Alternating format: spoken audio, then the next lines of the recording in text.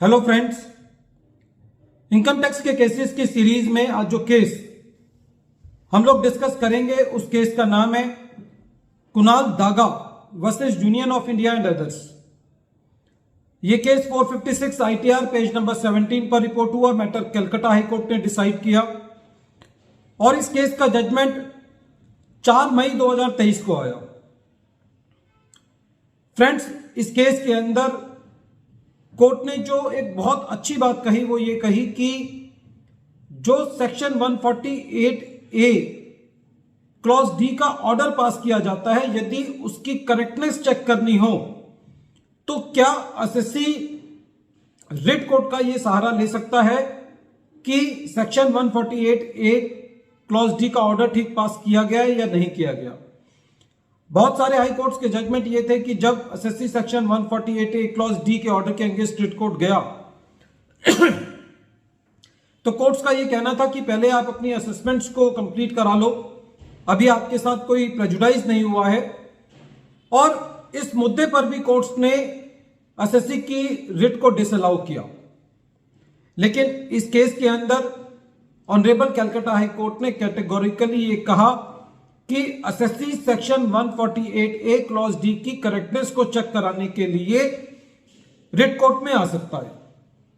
Friends, जैसा कि हम जानते हैं कि जो सेक्शन 148 है और अब जो नया सेक्शन है 148A, जिसका टाइटल इस तरीके से शुरू होता है conducting inquiry providing opportunity before issue of notice under section 148, उसकी जो बेसिक सिद्धांत है डिपार्टमेंट ने उसके फंडामेंटल स्टोन को ही डिस्टर्ब कर दिया है। यदि एसएससी को सेक्शन 148A का नोटिस, सेक्शन 148 का नोटिस इशू करना है तो उससे पहले डिपार्टमेंट उसको शो कोज नोटिस देगा सेक्शन 148A क्लॉज बी में, ना कि डिपार्टमेंट एसएससी को नोटिस इशू करके उससे इंफॉर्मेशन कलेक्ट करेगा। आज के टाइम में यदि परिस्थिति देखी जाए तो यह परिस्थिति हो रही है कि सबसे पहले एसएससी को सेक्शन 148A क्लॉज बी का नोटिस एक बड़ी वेग सी इंफॉर्मेशन के लिए देते हैं। एसएससी कुछ उसमें अपनी बात कहता है और फिर उसके अंदर से कुछ चीजें निकाल करके एसएससी को दोबारे सेक्शन 148A क्लॉज बी का नोटिस दे दिया जाता है। कई बार उस नोटिस को कोरिगोंडम टू द ओरिजिनल नोटिस भी कहा जाता है।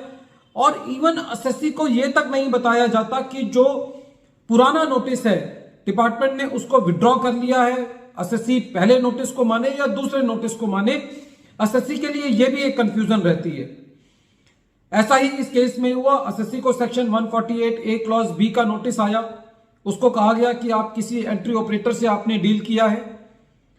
फिर एक और कोरिगंडम एसएससी को इशू कर दिया गया, उसके अंदर कोई डिफरेंट सेट ऑफ ट्रांजैक्शंस बताया गया और किसी दूसरे एंट्री ऑपरेटर का नाम बताया गया।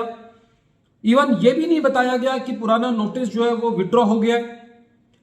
फिर उसके बाद जब एसएससी का सेक्शन 148 के अंदर नोटिस इशू किया गया, एसएससी को सेक्शन 142 सबसेक्शन 1 के में उससे इंफॉर्मेशन मांगी गई और खाली एसएससी को असेसमेंट कंप्लीट की गई जब खाली 3 दिन का टाइम दिया गया कि वो अपना जवाब दे। और जिन बेसिस पर एसएससी का एडिशन किया गया वो बेसिस भी उन नोटिस में नहीं थे जो पहले एसएससी को सेक्शन 148A क्लॉज बी का नोटिस था और दूसरा उसका कोरिगेंडम था। कहने का मतलब यह है कि इस केस के अंदर हर स्टेप के अंदर डिपार्टमेंट ने प्रिंसिपल ऑफ नेचुरल जस्टिस का उल्लंघन किया और सेक्शन 148A, सेक्शन 148 की मर्यादा को पूरी तरीके से डिस्टर्ब किया।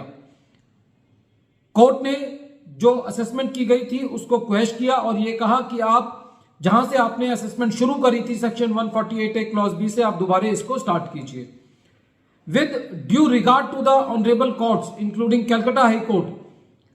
हालांकि इस केस में एसएससी को रिलीफ मिला, जो उसका ऑर्डर पास किया गया था उसको क्वेश्चन किया गया, लेकिन एज ए प्रोफेशनल मेरा यह मानना है कि जहां पर डिपार्टमेंट कानूनों का इतना उल्लंघन करता है, जहां पे फ्रॉम द स्क्रैच डिपार्टमेंट जो है वो गलतियां करता है, डिपार्टमेंट को रिमांड बैक का मौका नहीं मिलना चाहिए और ऐसी असेसमेंट्स जो है वो क्वैश होनी चाहिए और ऑफिसर्स पर चाहे 500 रुपए की पेनल्टी लगाई जाए, पेनल्टी जरूर लगाई जानी चाहिए, फाइन जरूर लगाया जाना चाहिए ताकि वो एसएससी का किसी भी तरीके से शोषण ना करें।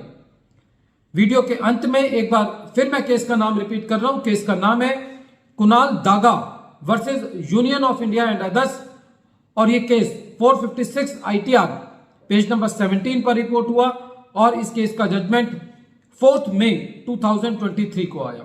Thank you friends.